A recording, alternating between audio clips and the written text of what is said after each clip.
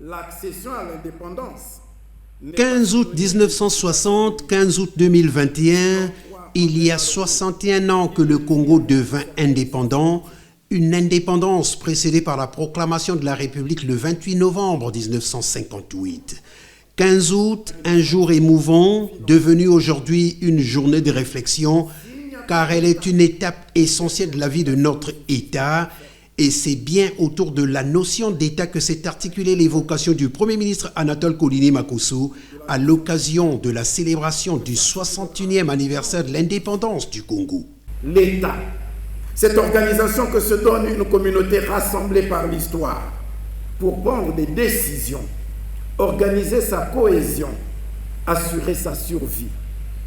Oui, l'État, dans sa triple dimension sociologique, organisationnelle et juridique, mais aussi l'État dans ses différents attributs: indépendance, souveraineté, indivisibilité, démocratie, égalité, laïcité, tel que cela est repris à l'article 1er de la Constitution du 2 mars 1961.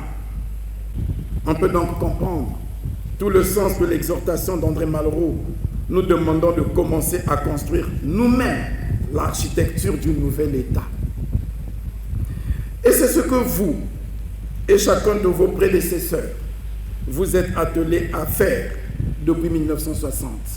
Excellence, Monsieur le Président de la République, dussiez-vous recevoir en ces lieux la reconnaissance de la nation. Il y a le caractère souverain de l'État, une souveraineté pour le Premier ministre qui s'étend sur l'ensemble du territoire congolais délimité par des frontières internationalement reconnues, héritées de la colonisation. Quel aurait été notre destin sans les autres pays du monde? Nous sommes donc liés, Excellence, Monsieur le Président de la République, à tous ces États. Et depuis lors, nous assumons notre indépendance et notre souveraineté, en traitant et en coopérant avec tous les États, au même pied d'égalité, avec le même amour, selon les mêmes règles, avec la même assurance, sans aucune tendance à privilégier tel ou tel autre État. Et nous savons ce que nous devons à tel et tel autre État. Que tous nos partenaires soient rassurés que jamais nous ne trahirons les idéaux de nos pères fondateurs. Pour le chef du gouvernement, les pères fondateurs ont tellement cru en l'unité du pays qu'ils l'ont mise en relief dans les différents symboles de la République, à commencer par l'hymne national, et de poursuivre qu'à travers les expériences que nous avons connues en 61 ans d'indépendance, nous avons enregistré des avancées, traversé des tumultes, mais la promesse d'une République unie et d'un État en constant progrès nous a toujours habités.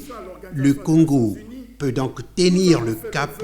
Fin de citation. La solidarité de tous les peuples libres et pris de